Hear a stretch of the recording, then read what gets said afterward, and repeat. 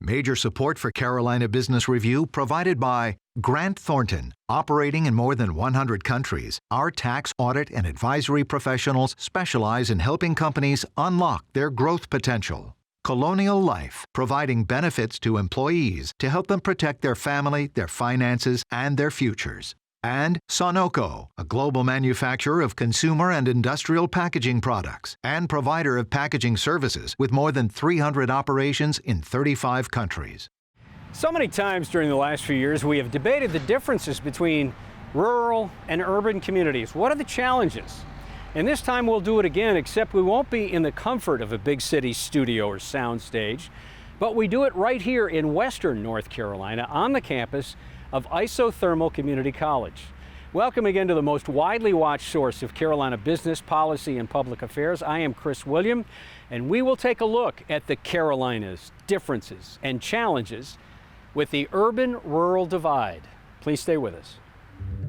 Gratefully acknowledging support by Martin Marietta, a leading provider of natural resource-based building materials, providing the foundation upon which our communities improve and grow. Blue Cross Blue Shield of South Carolina, an independent licensee of the Blue Cross and Blue Shield Association. Visit us at southcarolinablues.com. The Duke Endowment, a private foundation enriching communities in the Carolinas through higher education, healthcare, rural churches, and children's services.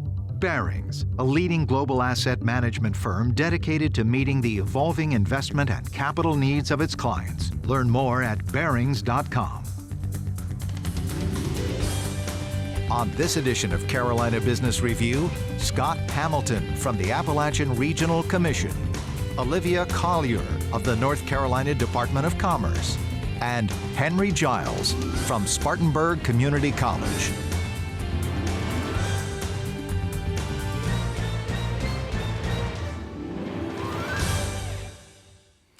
And welcome to a very special program, not because all of our dialogues aren't special, but because this one's a little bit different. It is about the rural-urban divide, as it's been titled, but it's also somewhere special. Isothermal Community College in Rutherford County, North Carolina is hosting us, and we'd like to thank President Walter Dalton, always a good host, and his staff have been very gracious to us. And welcome to our program, Scott, Olivia, and Henry. Welcome to our dialogue. Scott, I'll start with you. You know, we talk about ARC and the Appalachian Regional Commission, and I'm not going to say Appalachian Regional Commission because we've already had that dialogue, but why is it important to take these 13 states from New York to Mississippi, carve them out, and make a special region for 55 years now and say we need funding for a particular issue? Why is that important to do?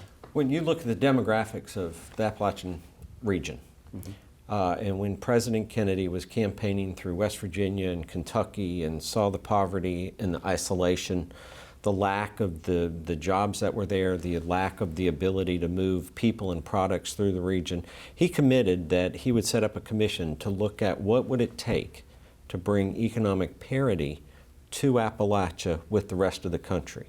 Not for Appalachia to be better, but at least for Appalachia to be economically equal with the rest of the country.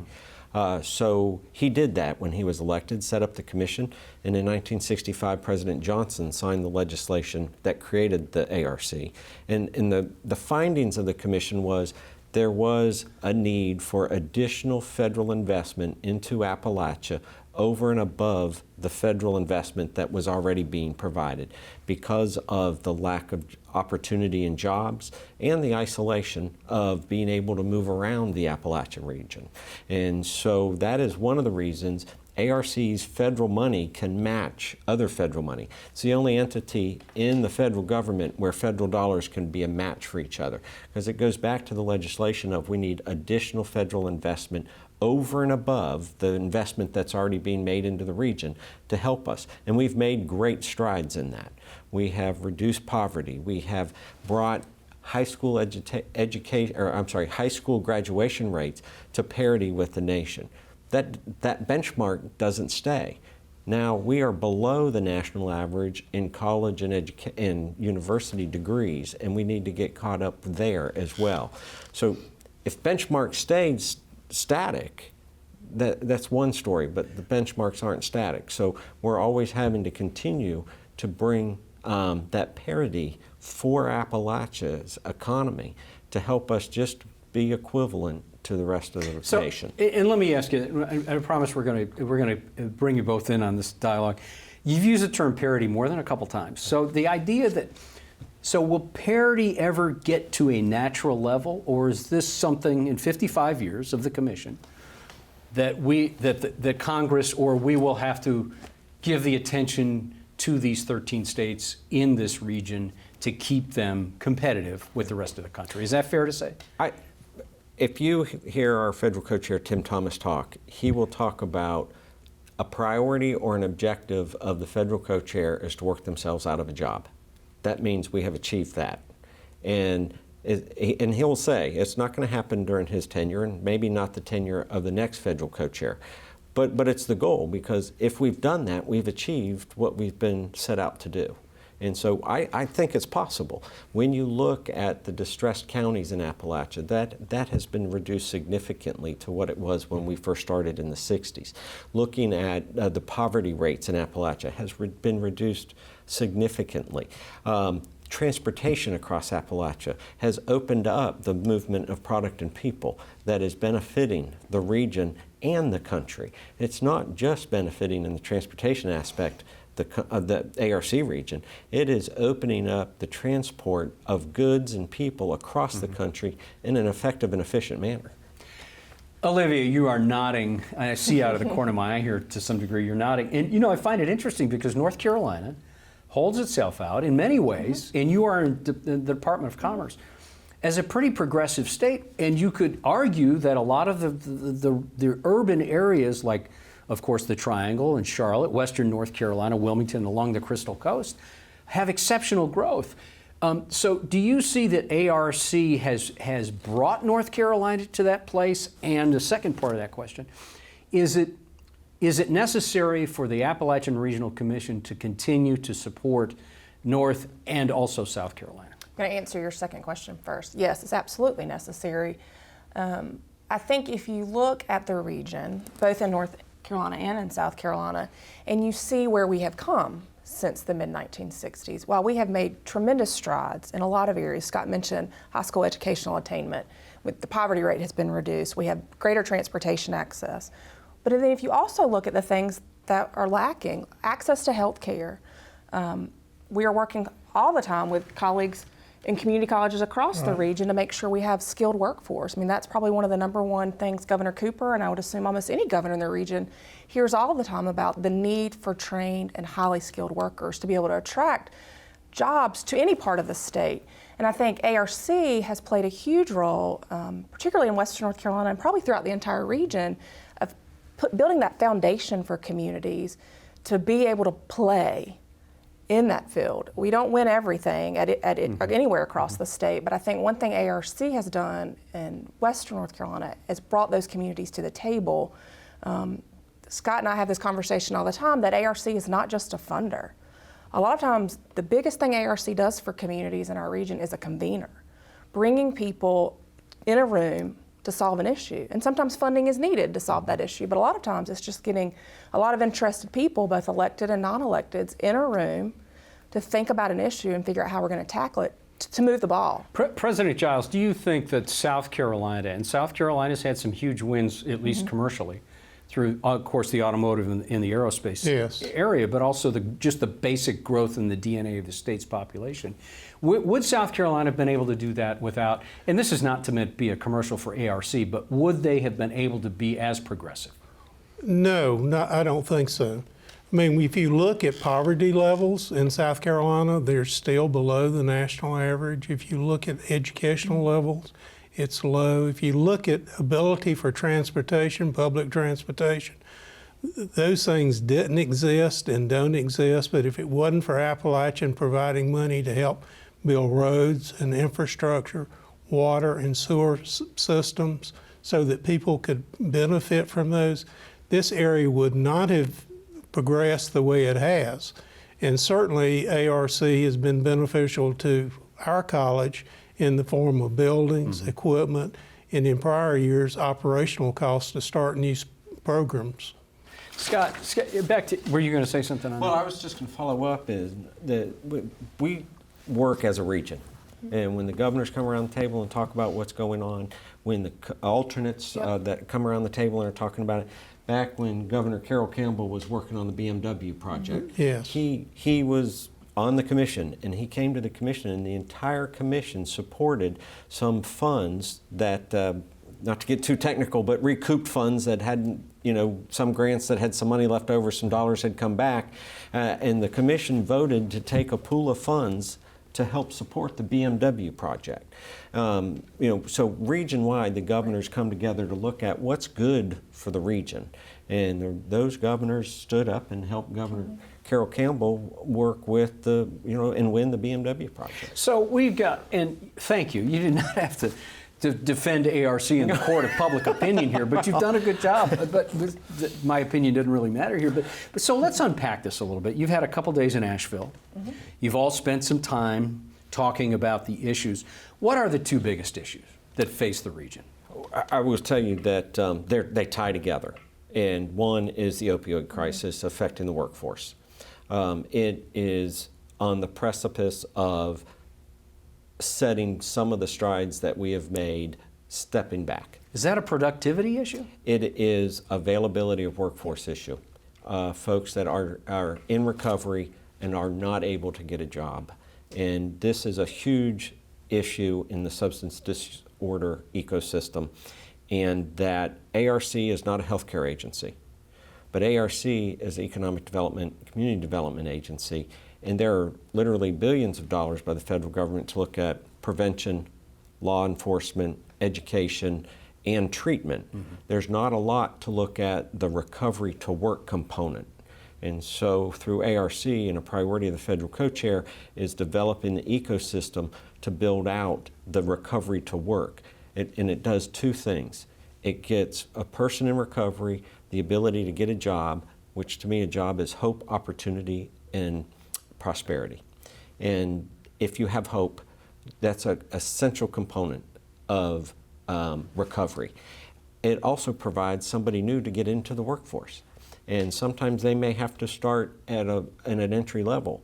But if community colleges are able to train folks to upskill and to move up in the workforce, they're opening the entry level positions for those that are in recovery to take those and work their way back up. So it's really a good win-win in that. And that is a challenge, but it also, workforce and the availability of a workforce and having the skills to take the jobs that are coming today is a critical issue across Appalachia. So Olivia, opioids, this is not meant other than for the point of this discussion. Opioids certainly grab headlines. Mm-hmm. It certainly is a crisis, seems like a crisis. Does that we call it the opioid crisis. Is it that punitive to workforce development, not just as Scott describes it, but is it something, and we know Mandy Cohen over at DHHS in North Carolina has made an issue. But how does commerce come down on opioids? And I don't want to go down too far the road here, but why is this important for commerce to come out against opioids? I think it's just what Scott said. I think when Secretary Copeland and the governor are working to recruit companies to our state, and anywhere in our region, to be quite honest, when any of the governors are doing this, the opioid crisis is in the headlines. And when companies are thinking about locating here or expanding here, they're looking for an available workforce that can come to work and keep a job. And I think that's been one really good thing that Tim Thomas, the federal co-chair, is focused on when this recovery to work ecosystem is how do we bridge that gap? There are all kinds of treatment options out there. How do we make sure folks have access to the treatment options that then is layered upon workforce development training that then has the layer of the support services? Because you can get someone into recovery, you can help them get training, but then when you put them in the workforce, there's all these wraparound services that an individual needs. Because to be quite honest, you just don't get clean in 30 days. Right. These are lifelong challenges that these folks face. And what we did here while we were in Asheville at our summit that wrapped up recently is that there is a lot of momentum by employers to figure out how do we employ these folks that's beneficial both to us and to them. that helps all of us. I mean, because if you get someone into recovery and then they go to work, they're paying taxes. They're helping everybody. President Giles, you were over there nodding when she was talking about the. It's very severe. If you start looking at companies that take in applications for new positions, the numbers of people that are eliminated when you start talking about drug testing or drug test results come back is pretty astounding. And then you tie that to the fact that if you have problems with opioids, you probably have a prison record. Right. And then now you've got 2 strikes against you. You've got an addiction, and then you've got a record. And a lot of companies don't want to hire anyone that has any criminal record.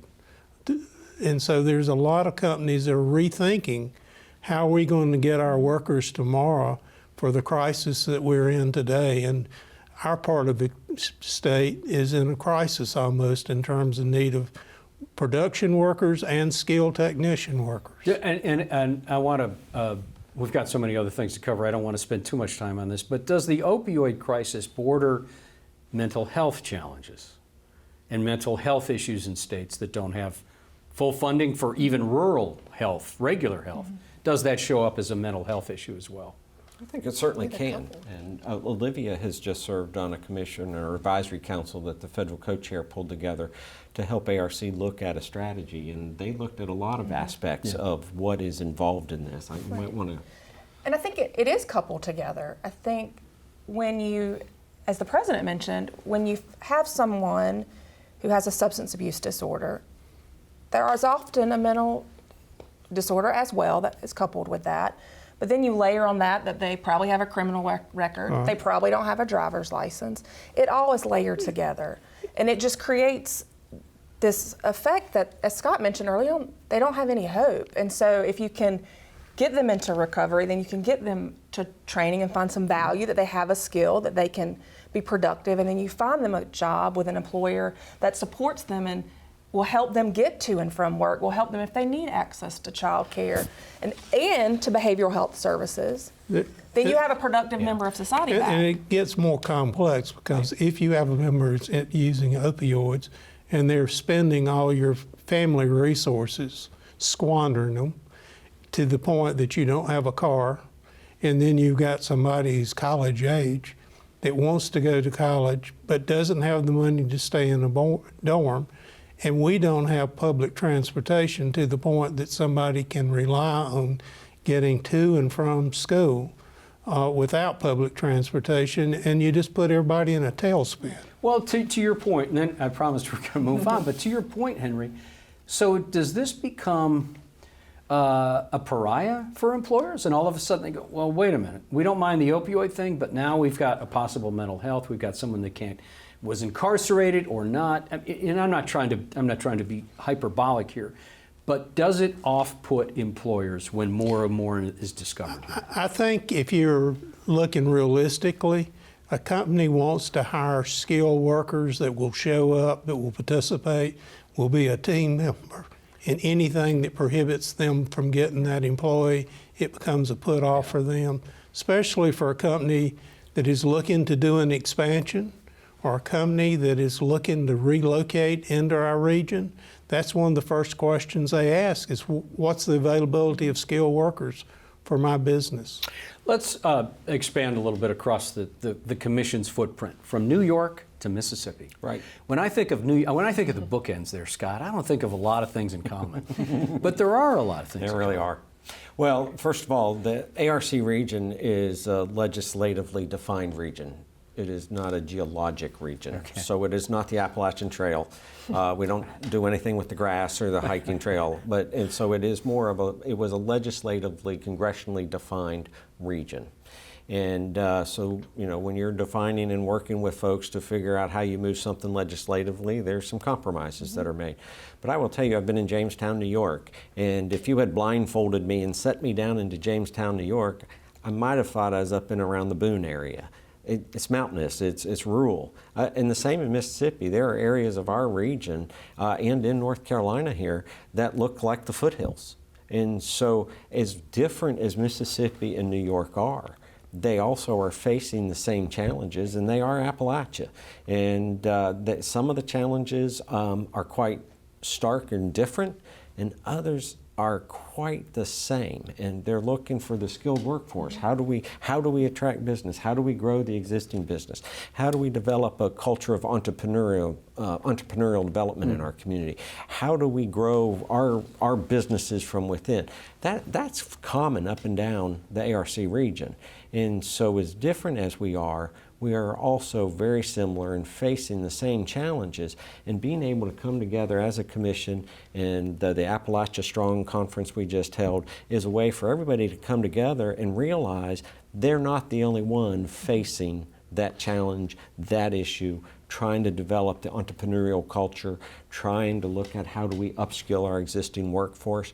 They understand there's others out there that are working on it, and part of what we like to do is reference what Olivia said. Convene these folks together to come and let's talk about it. And go ahead. I was going to say, I haven't studied the ARC region from one end to the other, but my perception is the mountains create an issue of isolationism. Absolutely. From one community to another. Just and by the rural communication, and high nature. just from, and a history, long 100 years, 200 years of history of isolation, people living in small communities there and basically being isolated. The roads weren't there to easily commute from one place to the other. There weren't communication lines. There weren't good communications. And in the mountains, it's still hard to get communications. So I think a lot of that creates a similarity of the cultures. Sorry, Henry, didn't mean to interrupt you. No, that's so fine. are there answers in commonality? Absolutely. And I And think I'm sorry, Olivia, That's okay. transportation, rural health, all of these things bubble up as issues. I think there are commonalities, as both Scott and Henry have said, and we look to each other. All 13 states look to each other for, okay, what are you doing that's working?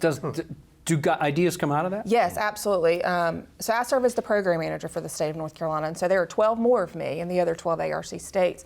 And I, just as my colleagues in West Virginia, Kentucky, Tennessee, or wherever else, we're always looking for, okay, we have this community has this need, whether it's an infrastructure need for water, sewer, broadband, roads, gas, what have you, or a workforce need. We're always looking, okay, we don't need to reinvent the wheel here. Somebody else has already figured this out. Well, I've got a good colleague, and I stole this from her, but we do a lot of R&D when we're together. That would be Becky Anderson who stole this from. Is rip off and duplicate. If we've already done it, let's find out who's done it. Olivia did a program in North Carolina for Main Street Wi-Fi, and it was very successful. I can't tell you how many of her colleague states that have looked at, well, why can't we do that in our downtowns to have downtown free Wi-Fi? Well, now there's several states that are looking at replicating. They did a little R&D with North Carolina in the ARC program and have taken that idea and are looking at doing the downtown Wi-Fi projects. Downtown Wi-Fi is an economic revitalization for Main Street communities. That's right. And it's significant for a community if they want to do something in their downtown. They're going to need to have Wi-Fi down there that the public and tourists can take advantage of while they're there. And it is significant, and it's documented the amount of time somebody will spend in a downtown if they have Wi-Fi or if they don't have Wi-Fi. Does that work in Spartanburg? Spartanburg has Wi-Fi, but you look at communities like Gaffney that doesn't have a good, strong Wi-Fi, and it becomes a major barrier because there are hotspots. Our campus is a hotspot. People will drive to our campus to be able to get on the internet to do something because there are limited places. Students are in school, they have tablets now. They go home, they're not on the Wi-Fi, they're not on the internet, so they don't have the connectivity at home. So there's a major barrier educationally, socially, and otherwise. I would mention too about associations. There's an Association of Community College Presidents of the Appalachian Region. So we meet twice a year, and that's what the substance of the meeting is sharing successful programs. So iron sharpeneth iron is an Old Testament verse, That's would right. say. We are almost out of time. I didn't give you a chance. You talked about a couple things. What do you expect the next, in literally in about 30 seconds, what do you expect in the next year that will bubble up as a success in this region that you've talked about and worked through? I really see that the movement with the recovery to work ecosystem, I think, is going to have significant impact. I really do. The commission just adopted the work of the advisory council as a strategy. The workforce training programs that we have in place, like the Spark Center, those are going to have significant impacts. Yeah. We may not know the technology we're training for, but we have to have the students with the skills to be innovative to adapt to whatever that technology is. And that'll be the last word. Scott, thank you. Thank you. Olivia, nice to see you. Nice Thank to you for see you. being on Thank the you. program. President Giles, thank Thank you very you. much. Good to see you, Henry. Thank you. I'm glad Thank to you be for with watching our program. Thanks again to Walter Dalton at Isothermal Community College. Good night. Major funding for Carolina Business Review provided by Martin Marietta, Colonial Life, the Duke Endowment, Barings, Grant Thornton, Sonoco, Blue Cross Blue Shield of South Carolina, and by viewers like you. Thank you. Promotional consideration provided by Business North Carolina Magazine. For more information, visit carolinabusinessreview.org.